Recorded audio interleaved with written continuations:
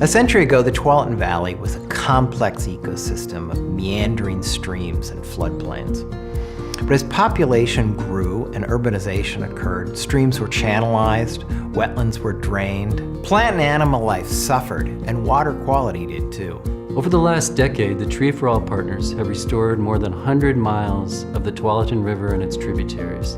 After planting more than 6 million native trees and shrubs, we've seen a huge return of keystone species like beaver and otter, and that's a great sign for watershed health and water quality in the Tualatin River.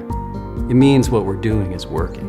It's very, very beneficial from a stormwater quality standpoint to have this beaver activity in the system. There's wildlife advantages, there's water quality benefits. So that's why we take so much time to work with these urban beavers and to work with the residents around them who are experiencing this kind of change.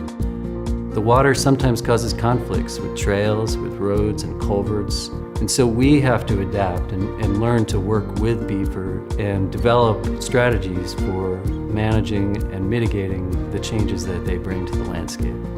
When we bought the house, it was a tiny little creek right behind us. In the last a little over a year, we don't have that creek anymore. We have a beaver pond. When it rains, often the water comes up under our deck. We are afraid of what's going to happen to our house, so that would be the worst part. The best part is it's pretty amazing.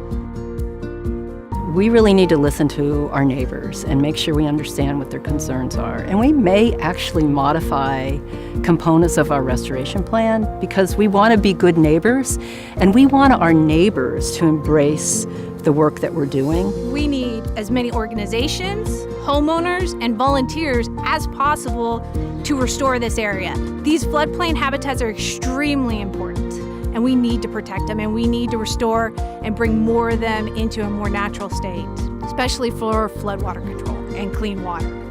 The change that you'll see is more wildlife, more sounds of the wild spaces, having pollinators moving through our community, and just creating a better, healthier environment.